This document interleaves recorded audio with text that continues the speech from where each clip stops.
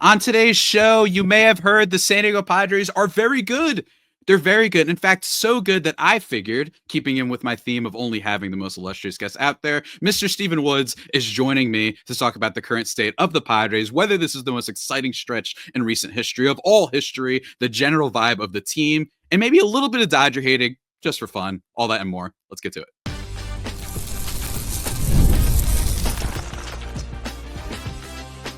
You are Locked On Padres, your daily San Diego Padres podcast. Part of the Locked On Podcast Network, your team every day. Greetings, ladies and gentlemen, and welcome to another edition of the Locked On Padres podcast, which is part of the Locked On Podcast Network, your team every day, for Thursday, April 17th. As always, I'm your host, with sometimes occasionally, but certainly not always the most, Javier Reyes. You can follow me on Twitter /X and Blue Sky at Javipeno, JAVIIPENO. Go check that out for sure. Today's episode is brought to you, by the way, by Game Time. Download the Game Time app, create an account, and use code LOCKEDONMLB for $20 off your first purchase. And today's show, again, I only like having the best people on. I refuse to not have anyone that isn't the best. Stephen Woods of the hit show, Ben & Woods. You might be familiar with Padres podcast, radio show, whatever kind of form you digest it in. Stephen, man, how you doing on this lovely victory? What's not Victory Eve, Victory Day, I guess we could call it? Victory afternoon. How you doing, buddy? Yeah, doing pretty good, man. Look, been meaning to have you on for a while. I had been on a long while back, and frankly, I never had you on because I just figured, well, it was COVID back when I had been on. Maybe that's the only reason. Yeah, that long ago. That's how long. Yeah, it's that long ago. God. And I don't know. I'm sorry for the delay in jumping on with you. Yeah. Every year it's one of those things where it's like, all right, I need to do less. I need to do less. I need to do less. I need to do less. And but I've been following your stuff, man. And it was like a week ago. I'm like, oh my God, I promised this dude I would come on. I saw our DM, and I was like that's when I DM'd you and was like, hey, I'm so sorry, man. I'm usually pretty good about knocking stuff out, and I dropped the ball, but better late than never. Better late than never, indeed. But man, look, it's a good time to hop on. You know what I mean? It's a good time to have you on the show. And I enjoy listening to Ben & Woods, obviously, myself, and just it's been a good source for me. For those who aren't familiar with the show, not just, this isn't like you guys have had people like, Saris on before, but this isn't just your by the numbers podcast and all that sort of stuff. What I find so useful about the show is I am not at all a lifetime Padres fan. This has not been a team that I've been following since my early youth. I actually betrayed the team in my youth, thank God. And I came over to San Diego, especially from, my kind of spot in Jersey, where I am right now, based out of. Were you a Yankee fan? Were you a Yankee fan growing up? Yes, I was a Yankee fan. Yeah. So was I, buddy. Yeah. So there we go. Okay, there we go. Finally, someone to defend my former bad ways, I guess. Well, I've told this story a million times, man. I was adopted by my stepdad when I was 10 and was raised by my mom, single mom, and my grandparents. No one gave a shit about baseball. Nobody. I mean, I don't know that I picked up a baseball, had a glove, swung a bat till I was 10. And my mom married my dad, and he was a diehard Yankee fan because his dad was a diehard Yankee fan. So when they met and got married, I mean, dude, if he was a Reds fan, I would have been a Reds fan. If he was a Royals fan, I would have been a Royals fan. So whatever he dug, I dug. So long story short, grew up. Picked a good time to be a Yankee fan. When I was growing up, we went to a clinching game of the World Series together. We watched them win the World Series in '98, or in 99. We were at the last game, Clemens against the Braves. And that was pretty special, a memory I'll never forget. And, that was kind of always our thing. Well, I move out here to do radio, and I wasn't doing sports radio at the time. But the minute I got here, I started playing adult baseball, and I've been playing ever since. And so I met a bunch of dudes, and they were all just these like psychotically bitter Padres fans. And I love them. They're still some of my best friends to this day. And I lived here. And again, had I been doing radio in Cincinnati, I would have watched the local team every night because I'm a baseball junkie first. Mm-hmm. Well, I started like, all right, I'm going to follow along a little bit. So then I get a job in sports radio with Ben, and we start the show. And by that time, like honestly, 6 weeks before we started, I had my own son, my firstborn Bo. And man, I had been following along the pods, and as soon as they signed Manny, like Yeah. I don't know, it was like one of those things where it's like, all right, this is going to be my squad, and I'm going to raise my son who's born here, a Padres fan, and my wife's really into it, so it's a family affair now. But yeah, man, I kind of turned the page on it too, and I've never really looked back. It's weird because when I watch the Yankees, I feel nothing, like nothing. Like it's just the weirdest thing. I've devoted all of my my heart and soul to this team, and my kid, my oldest, is just such a diehard Pods fan too. So it's cool, man. Like me and my dad had my thing, and me and my son have this. Absolutely. I guess recovering Yankees fans in a lot of Yeah, ways, man. yeah. I mean, it was Yeah, man. I mean, it's just been, like, and I think the funny thing about being a recovering Yankees fan is like, for me, since I'm still on the East Coast, I have really good friends who are like rooting for the Yankees and yeah. whatnot. So it's nothing against them, but I say recovering Yankees fan all the time because I have more reasons than just the Padres that I don't like them anymore, right? Like this is just Well, not yeah. a Well, they franchise that started I've. Mhm. they started signing like the thing that really turned. I mean, they started signing like the guys I hated the most ever. Like they were like, oh, let's get Jacoby Ellsbury, let's get Johnny Damon, let's get Kevin Youkilis on this Yeah, team. I remember And I'm that. like, bro, and you know, man, like it just I mean, I still love Aaron Judge and I love Jazz Chisholm, but like Mhm. other than that, I look around there and I'm like, I have no connection to this. And for me, another thing has been go to the games, man. It is not. There's something wrong. Missing. I Yeah. I feel like I'm going to a Wall Street like brunch. You Oh know what I yeah. mean? Like that's what it Makes feels sense. like. And then if you go to City Field, I'm like, cool. This is like in a good way, positive, like complimentary, like a little bit like sloppy, a little bit like there's regular people here, even just to look at the stadium. And I'm excited to see what it's like about Petco. I've mentioned this on the pod a couple times. I'm finally visiting next Bro. month. I cannot Oh, wait. you I know. coming in? When are you coming in? I'm coming in for the Mariners series. So breaking news Nice. for any of the Padres. I think it is the 18th, I believe, of May.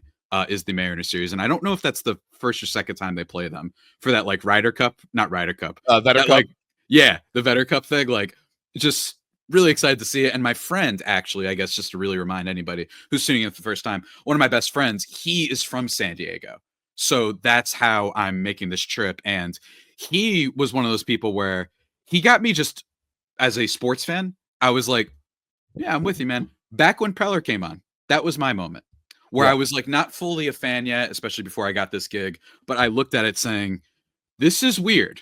I've been following baseball for a long time. Teams don't do this. Teams Yeah. that don't spend don't all of a sudden say, we're trading all of our prospects for a bunch of really great players. And then it's like, okay, that was cute. They tried. Like the 2015 team, Justin Upton, Craig Kimbrell, all those guys. Yep. And then, like you said, Manny happens. And first Hosmer happens. I know he's a little Yeah. bit of a curse word for Padres fans everywhere, myself included. But, that was like, wait a minute. Okay, Hosmer's one thing. And then the Manny contract was the official, I feel like the prime new era of baseball, where Yeah. it was like just an idea, a thought. This was the beginning of the MCU movies, where it was like, okay, yeah, you guys are doing the Avengers. Sure. Yeah, keep telling yourself that. And then Right. they actually did it. Right. And I think that's where we got to with the Padres. And I'm super excited about it, man. It feels like it's a great era. And this team so far has been electric, I think, to start the season. Yeah, they've been a true blast and honor to cover. I mean, even in our first year as a show together, which was like 7 years ago, when they were on the comm and when they signed Machado, watching it, watching them build the whole thing and try and fail and try and fail, and it's been a blast to cover. I was it's a funny story. I was today was at a guy. He does it's not a massage. It's like torture where he like grinds into my muscles, and I Yeah. had I got a knee that was acting up, and he was like grinding into it. And so I started in music radio. We were talking about the eras of music, and I was telling him, like, I go, man, when I worked in music radio, I said I got in at the worst time. I said I got into music radio in sales when like Nickelback and Creed were like blowing up on the scene, right? Yeah. And I was a grunge guy. I loved hair metal. I loved Van Halen. I loved rock and roll. Yeah, I said I missed all that. I said, so then I get out of radio sales. I'd go do other stuff. Then I get back into music radio right when alternative dies, and then we go to Mumford and Sons, banjos, Lumineers, and then like really soft, poppy, fun, 21 Pilots, all these bands. And there's validity to a lot of these bands, but it wasn't for me. And so here I am, a DJ, going, oh my God, I have missed every good era of music. And I missed it when I was in sales. And I missed it now. But I'll tell you, man, I got into sports radio and I hit the jackpot, being able to cover the Padres on the rise. And, my goal is like, I want to see this thing through until we win a World Series. And if we win a World Series, I think I may hang them up at that point as well. It's just because can't get any better. Just walk away from the blackjack table. Walk away from it if it's on top. And I mean, it's been such a fun team to cover. I mean, look, win, lose, they are never boring to cover. No, I mean, they have never been boring to cover. Never. Absolutely, man. And I can't emphasize enough for everybody. Maybe if you're only a baseball fan out there listening to this, other sports, things can get a little bit more interesting every now. In the NFL, oh, you just drafted a great quarterback, right? That could happen. In the NBA, you get Victor Wembanyama, you get whoever, Steph Curry, like it can happen. In baseball, when you're a bad team, look at the Pirates, man. Look at the Guardians. Look at the Brewers. These teams that are good, but just haven't changed their philosophy. This does not happen in baseball. And to a smaller scale, I feel the same. Where I jumped on and this podcast started, I believe like December 2019, right before the world ended. And then it was like, okay, they're cool. And then it was like, no, this is like really happening. This is really great. So love to be Padres fans, man. And we're going to talk more about it and talk about this current stretch and where it ranks among some of the best stretches of the Padres, at least over the last 5 years, which has seen a lot of great stuff. And then talking about the general state of the team, any concerns we might have going forward. And then maybe just as a little treat, hitting on the Dodgers just a little bit. Right after a couple of words from our sponsors.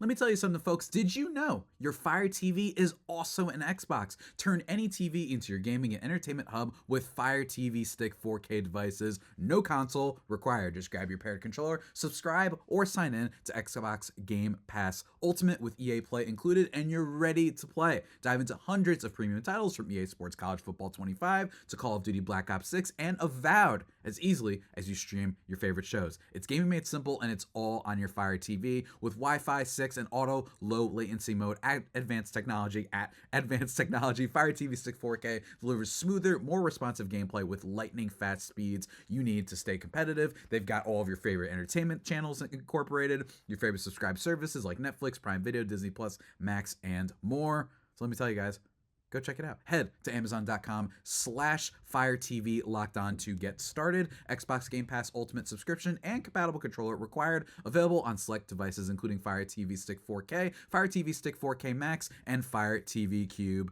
Go check that out. But also, go check out our friends over at, it's the one that we love very much. It is Game Time. Folks, let me tell you, there's nothing better than catching an MLB game.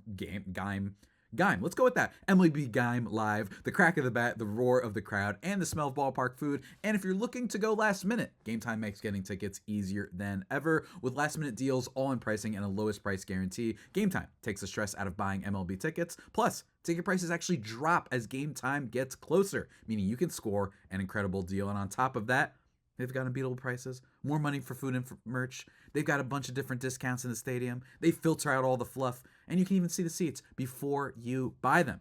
Take the guesswork out of buying tickets with Game Time. Download the Game Time app, create an account, and use code LOCKEDONMLB for $20 off your first purchase. Terms apply, but again, create an account and code LOCKEDONMLB. Redeem that for $20 off. Download Game Time today. Last minute tickets, lowest prices, guaranteed with Game Time.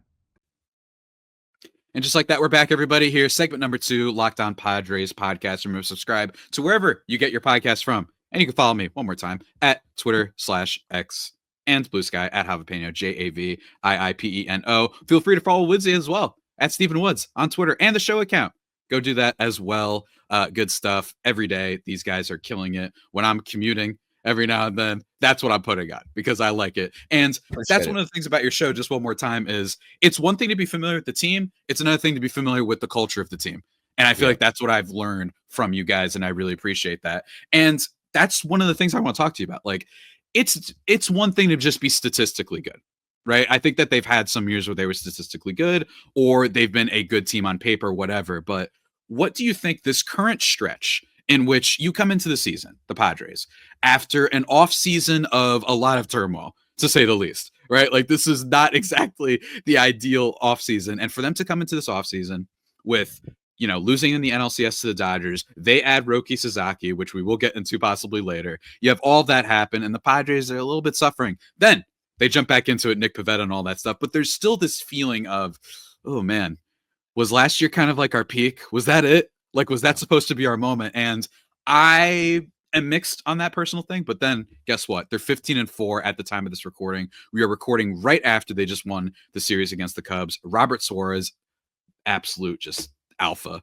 that man on the mound. 15-4. They lead a good division. It's not because the Dodgers have been bad, right? But they lead the division by 3 games at the time of this recording. So, man, like, where does this compare? Because there's been a lot of great moments covering the Padres, as we've just discussed. But, like, what is the vibe right now compared to, as someone who's covering every day in the morning, have to wake up and talk about it, frankly, longer than I do? Where does this kind of compare?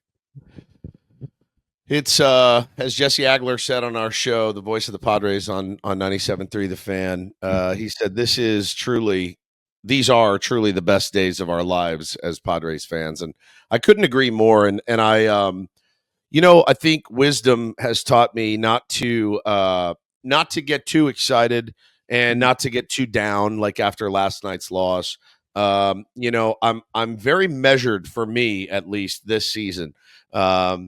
I've let it affect my moods a lot over the years. I've let it affect, honestly, like the way I parent, the way I husband, all of that. And, I'll be 50 in July. I can't be letting a baseball team dictate my blood pressure. And, but I'll tell you what I find watching this team, they're having fun, which means I'm having fun. There's a lot of joy in that clubhouse, and it hasn't always been that way. I've been in the clubhouse many, many times. I've been in some pretty icy clubhouses. I've been to some pretty, some interesting spring trainings where you felt like it was it was just kind of a blank. Well, no, like that, but also like a blank measuring contest. It was like, you're looking around, everyone's wanting to be the guy. Everyone's complaining about where they're hitting. I don't want to hit here. I need my numbers. Bro, you don't hear any of that anymore. None of it. All they're talking about is winning.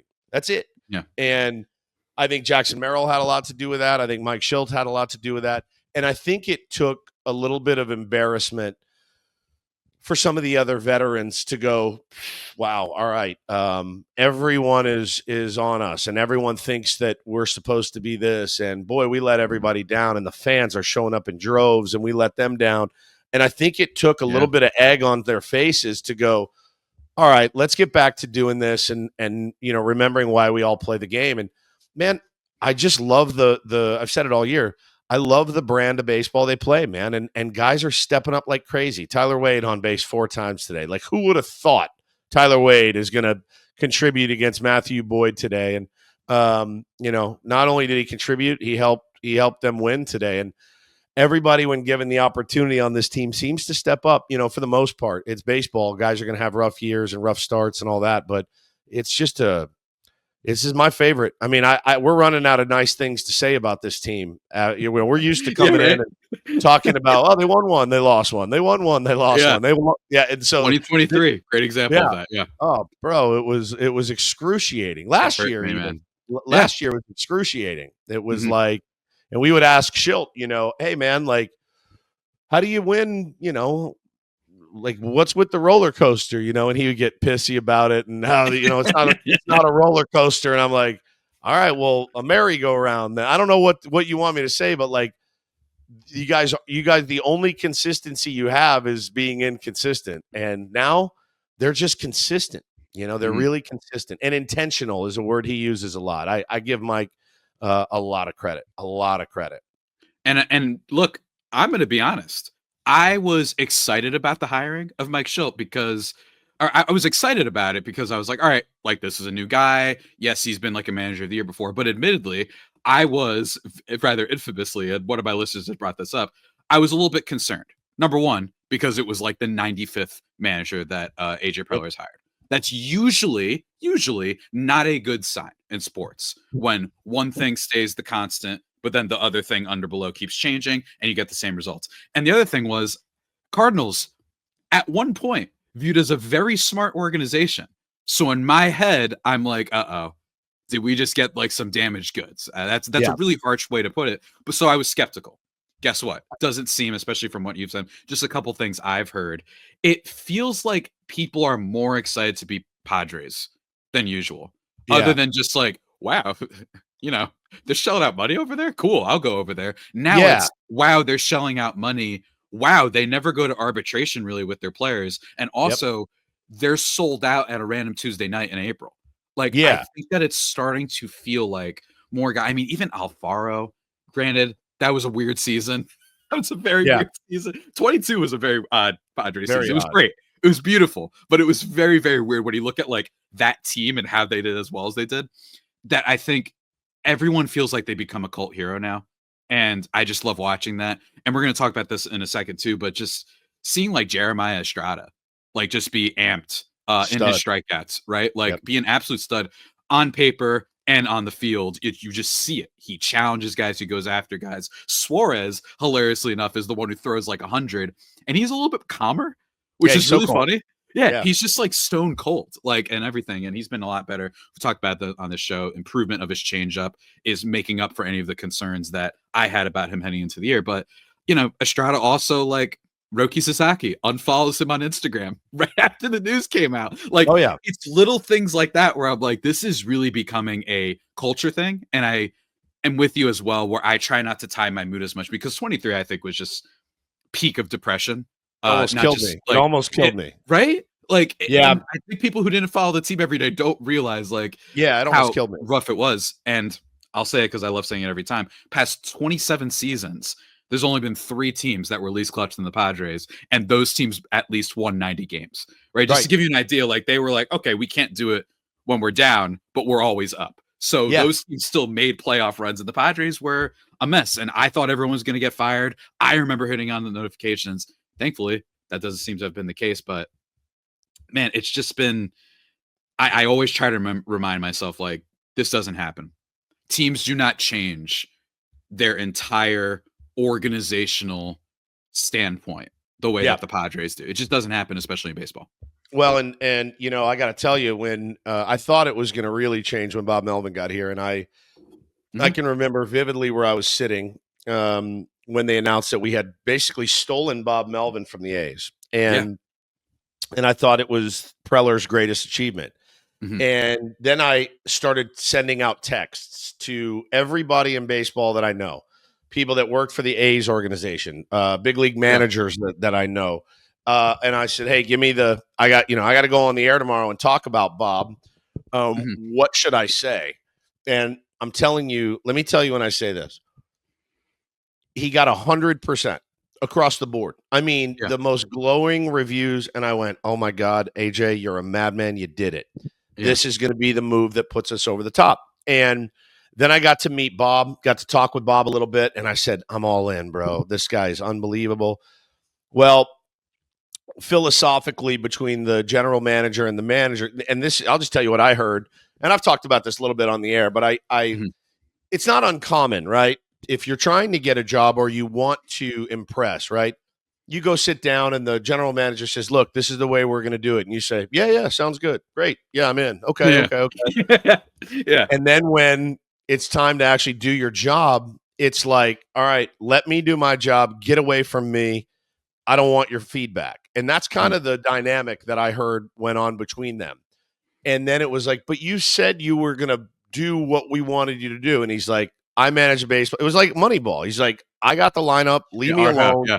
Right. So there was a lot of that. And then it got to a breaking point where I felt honestly like Bob Melvin kind of gave up on the squad. And it was bummed me out because again, I had heard nothing but glowing things about him. And so I was panicked when they hired Shildt too. I just said, man, very few GMs get the chance to hire like 5 managers, right? Yeah. Like it just doesn't happen. It's just very rare it works too. Yeah, it's just crazy. It never happens. And then, then Shildt comes on board. And I'll tell you, we noticed it right away because we would interview Mike. And you want to have an interesting conversation with the skipper. And we would ask Shildt, like, hey, so like, what was so-and-so thinking on that play? And we noticed it. He will never, ever, ever, ever, ever, ever criticize one of his players. No. Never. Like this, and he does it smart too, is what I does it smartly, right? Yeah. And he would never throw anybody under the bus. He would praise guys kind of almost unnecessarily sometimes. Like the dude loves his players. And I'm telling you, like it may be BS and he may light them up behind closed doors. I've got no idea. I've heard he can absolutely get in a guy's face, but he will not do it in the media. I think the guys appreciate it. He lives, eats, sleeps, and breathes baseball. And he has brought, his little baseball talks that he calls them or baseball chats into the clubhouse. And it's different. It's not the same vibe that it used to be of like 26 guys doing their own thing, checking their phones, not wanting extra work. These guys are out here to win a championship. They may win it, they may not, but it won't be from a lack of trying. I know that. Yeah, absolutely, man. It's really well said. And I just like, it's really funny. Like you'll see him say like, yeah, well, this is why we did this. This is a ground ball pitcher. Like clearly a guy that is very in tune with what people might bring up, I think. And I really appreciate that about Shildt. And there's just a little bit of a fire. And you know what? I've always viewed it as this is no shots to Bob Melvin. Sometimes there's just bad matches or there's inadequate matches or there's just like, this person might be a little bit better for this team. And then, hey, Bob Melvin, San Francisco Giants, not great last year, pretty dang good this year. Right? Really, really good this year. So this is not a shot at literally anybody. And it's been frankly very public like that. The Padres locker room has been, it's been discussed in the media a lot. Like this has not been like we're not like breaking news, I think, on this episode. Like it's been very publicized, I think. And I think that part of that, there is a tiny bit of a bias where some people are like, hey, look at the high spending team. What's going on? It's a mess, blah, blah, blah. And at times it's just say they had a bad season. And sometimes things really are unlucky. And as you saw in the case of last year's team, they weren't going to be super unlucky 2 years in a row, I think is what you saw. Yeah. Think about with the Giants, look, Bob Melvin is a baseball guy. Farhan Zaidi is a numbers guy. Yeah. AJ is a scout. He's like a scout. So I thought he and Bob would get along a little bit better than they did because AJ, he works 24 hours a day. Everyone knows his work ethic is legendary. All he wants to do is improve. That being said, Bob Melvin taking instructions from Buster Posey is a much better fit for Bob Melvin and Buster Posey. Like it just is. And Buster's gone a long way to bring a little bit of old school back to the Giants, back in the days of Bochy and Tim Flannery and those guys and I know Flan pretty well. I've heard a lot of stories and, Farhan is a brilliant, brilliant baseball mind. There's no question about it, but I don't know that he's a guy that an old school baseball guy is going to want to report to every day.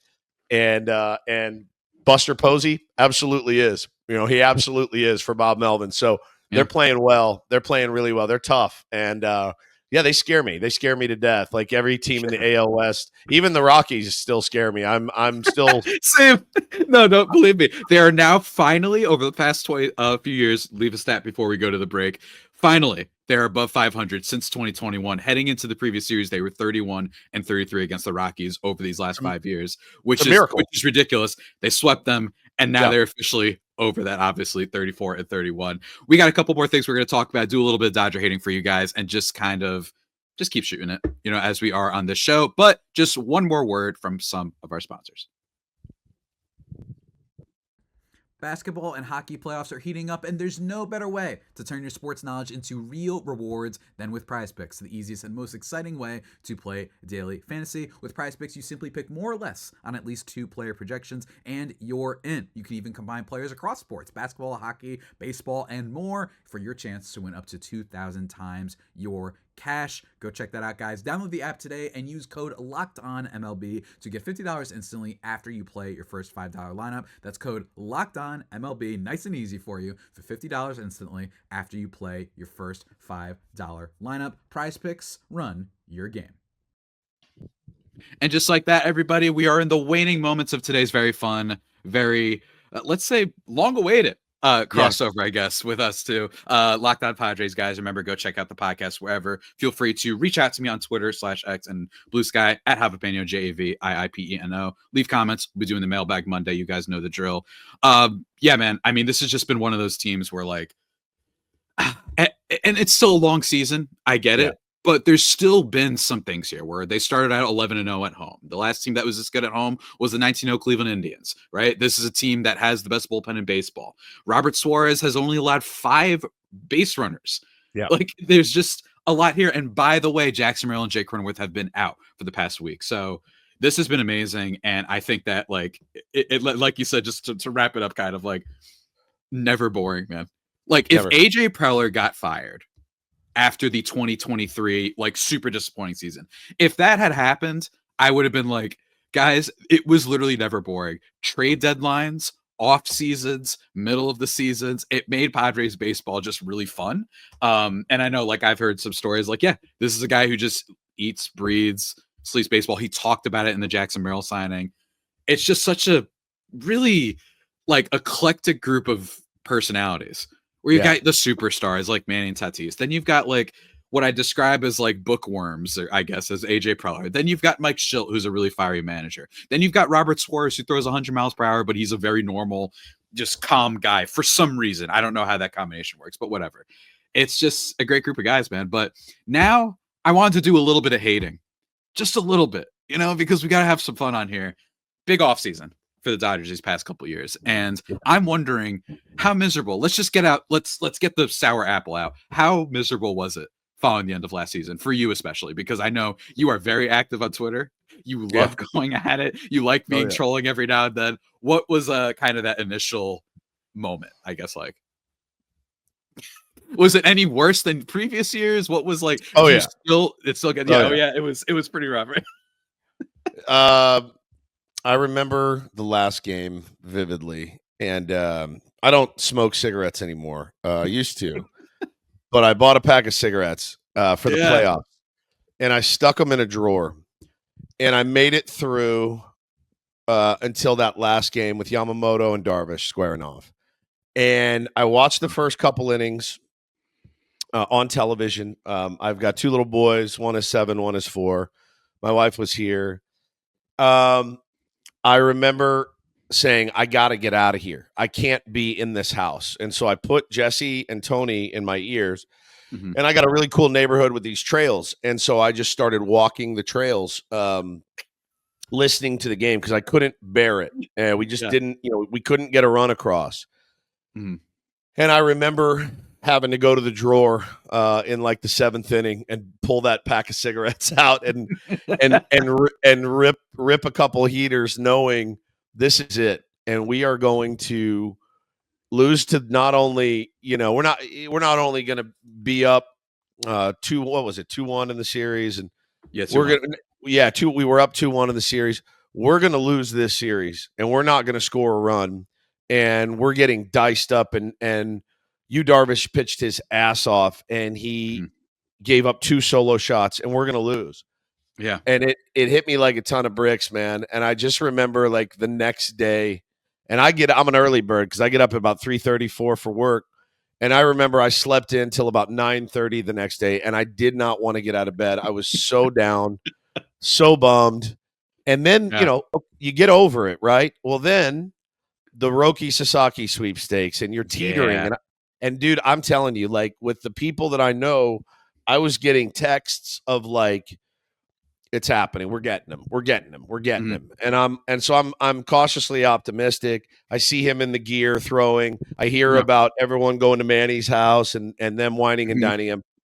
And then that dude, I hear all the BS from his agent. You know, he doesn't want a big market. He's a little shy. And then those dudes get him. And then they go get Tanner Scott and they get Conforto and they get this guy and they get that guy. And I'm just sitting here going, are these dudes going to win 130 games Yeah. next year? Like they get Blake Snell. And I'm just like, what are we doing here?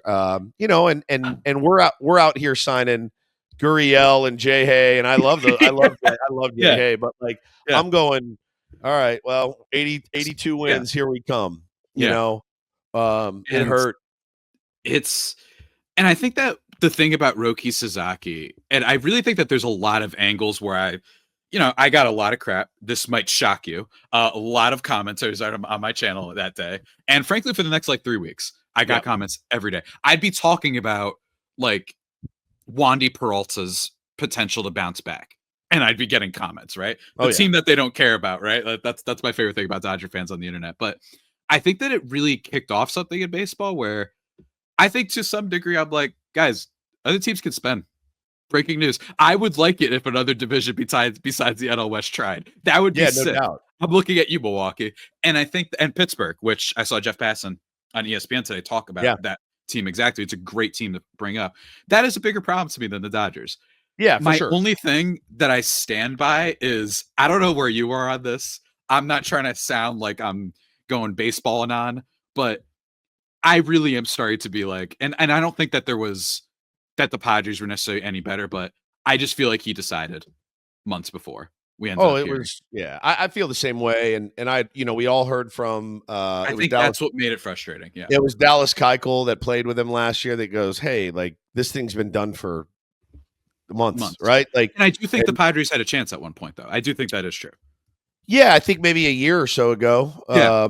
They have, the Dodgers have done a good job. They literally own. I mean, that is like they went in and they took Japan over and they've cornered that market and they're going to get the next Japanese superstar and the next one after that, and that's okay. That's okay. More power to them. I convinced myself a month or so ago or before the season started. I looked at what they have. And I said, I mean, that's obviously a really formidable lineup and rotation and bullpen. And then, injuries start to happen. Blake Snell's out. How long will Tyler Glasnow be around? What will Shohei look like when he comes back? I hear his bullpens look great, but what do you do? How do you really manage that in a 162-game season? And I had myself convinced, they're beatable. They absolutely are beatable. And the thing I love about this team, our team, is obviously the heart that they have, the camaraderie. Sometimes in baseball, it's just your time. It's just your time. And I hope that that's the case for the Padres.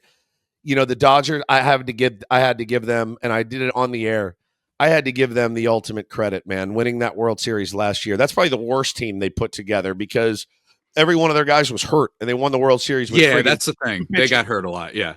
That's one thing. I ripped Roberts every year. I said, I hope they sign this guy for life because he makes the worst decisions. And his players, man, like Evan Phillips shredding his shoulder to win a World Series and Blake Trinan shredding his shoulder to win a World Series. Look, you can't. If you like baseball and know baseball and appreciate baseball, you have to tip your hat to them. Those guys went out and earned that World Series, period. Like, they absolutely earned it. Shohei did nothing in the World Series. His teammates picked him up, and it was, Tommy Edman coming over, trading for an injured player at the break, like knowing what he would turn into. You have to tip your hat because they were 7-8 men down and they won a World Series. But, it doesn't make me like their fans anymore. Their fans they're insane, and they do like to you what they do to us. Them commenting on our YouTube, I'm not kidding you, has made us so much money. Me and Ben and Paul are going to Philly for a Padres. We're going to go to Philly for the first time, going to a game in July. Nice. And literally this trip was paid for by Dodger fans. So thank you, Dodger fans, for the trip. We're staying in a really nice hotel. We're flying out. You guys are paying for our meals. Keep them coming. Keep the comments coming. Keep the hate flowing. Watch all of our YouTube videos. Watch everything, because without you guys, none of this is possible. And I knew it was bad, or I knew it was just like, this is the internet, because I like had the most nuanced, like, my thoughts on baseball, and like, not why Roki is bad for baseball, but what it says, that even when money wasn't involved, this guy still went here. Blake Snell, that I'm looking at the I don't know what's a good example, like maybe the Cubs, maybe I don't know, some other team that needs a starting pitcher, really, the Reds, like these teams, and I'm like, where are you? You know what I mean? Save us. Guess what? Mookie Betts, I blame the Red Sox, right? Like, what? All of a sudden, best Worst player we've ever. had since Pedro Martinez, and we were like, never mind. Got it's just, and this is not a small for organization, right? So like, the Dodgers deserve a lot of credit, and I do think that the fan base can be absolutely ridiculous. And I do know one thing that was empirically annoying was very like the Rosenthal stuff. I know, kind of like there's two things. First of all, the Ken Rosenthal thing, regarding which is the thing that to this day I will never forget.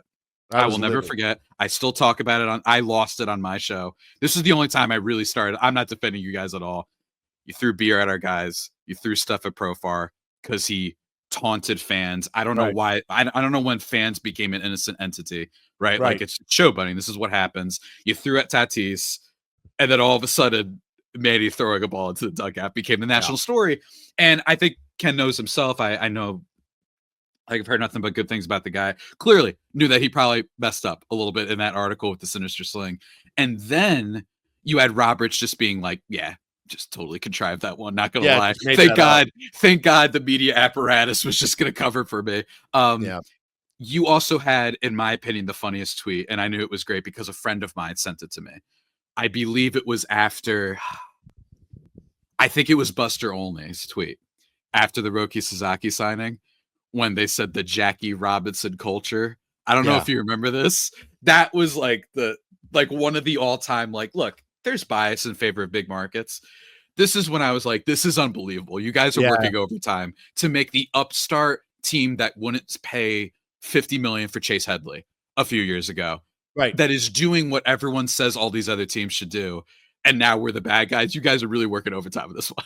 Yeah, it's tough. It's tough for us. We're so close to it too. And you do see every year, it's like, well, how can the Padres continue to do this and blah, blah, blah. And, every move we make is dumb and we spend too much. And every move they make is brilliant. And, obviously finding a superstar that's willing to defer 95% of his contract is not something every team is able to do.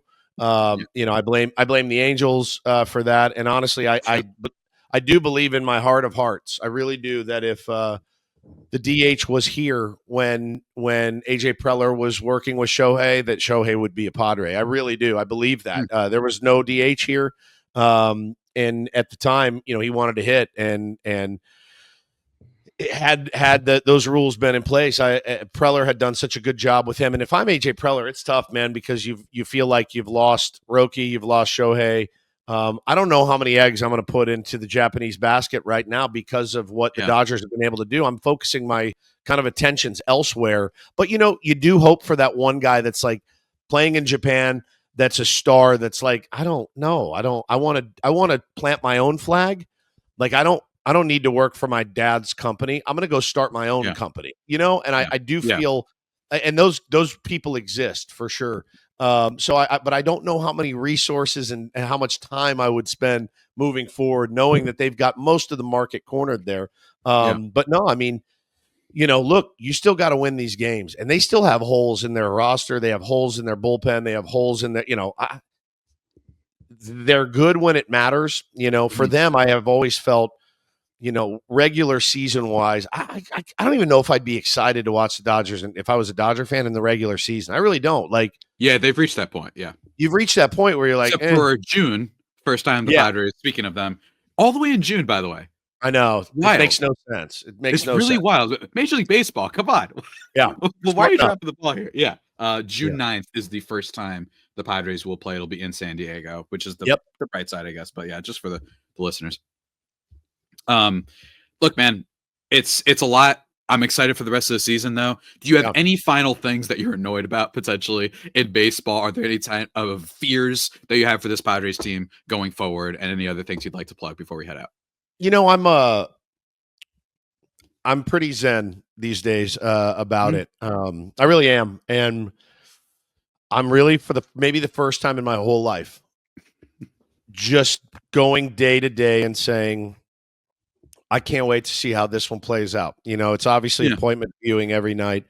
Um, I I know that bad times are coming just because I'm a baseball fan and we Mhm. know that. But if they can weather, you know, the mini storms that come along, get to the playoffs, anything can happen. I'll tell you this team will look drastically different in 3 months. Drastically. Yeah. Like there will Yeah. some of these guys that you're seeing getting Yeah. playing time right now will be distant memories. Oh yeah. I just don't know how drastic it's going to be. I know how much they value their 1 and 2 prospects. That said, man, if you're on the cusp, and you need to go out and get somebody, it's going to be a really interesting few months Yeah. to be a Padre Yeah. fan and to be AJ Preller. You know, I don't know that anybody thought they would get off to this hot of a start. No. I know I didn't, but No. I am so glad that they have. It's been so much fun to watch and cover. I like this. I like this so much. I really do. Fun, It's man. like a dream I don't want to wake up from right now. Honestly, that's how I feel. And I'm so mad that there's an off day tomorrow. You know what I mean? Like Yeah. I need my fix every day. But such is the baseball season. I know dark times are coming. I just know it. They always do. How do you get through it? And I feel like this team is resilient enough to weather a 3-4 game losing. It's weird to even think about this team losing 3 or 4 games in a row. Yeah. But you know it's coming. It happens. It Yeah. happens, and It's baseball. I do think that they'll be able to get through it and figure it out. Absolutely, man. Well said. That's Stephen Woods, everybody. Go check out Ben and Woods on podcast platform too, even if you're not listening to it live. Yeah. Go check that out. I know I do. And again, thank you for listening to the podcast. Remember, one more time, you can follow me on Twitter/X and Blue Sky at Javipeno, JAVIIPENO. You can check out Woodsy over at the Stephen Woods on Twitter as well. Keep up with the show, keep up with Padre Land, and understand a little bit more than just what you're seeing in the everyday and analyzing the team, San Diego culture. Can't wait to visit San Diego myself. It's going to be a blast. But man, awesome having you on, dude. Thank you, Awesome man. having you on. Hey, let us know when you get in town. Yeah. We'll have to meet up or whatever, and just maybe you can come in studio, see how we make the Yeah. magic. Yeah, just hit me up. Would love to have you, and enjoy your first trip out here if we don't see you. All right. Yeah, man. You too. Enjoy everything out there in San Diego. And everybody, until next time, stay safe. And of course, stay faithful, my Fire Faithful homies. Take care. Thank you, buddy.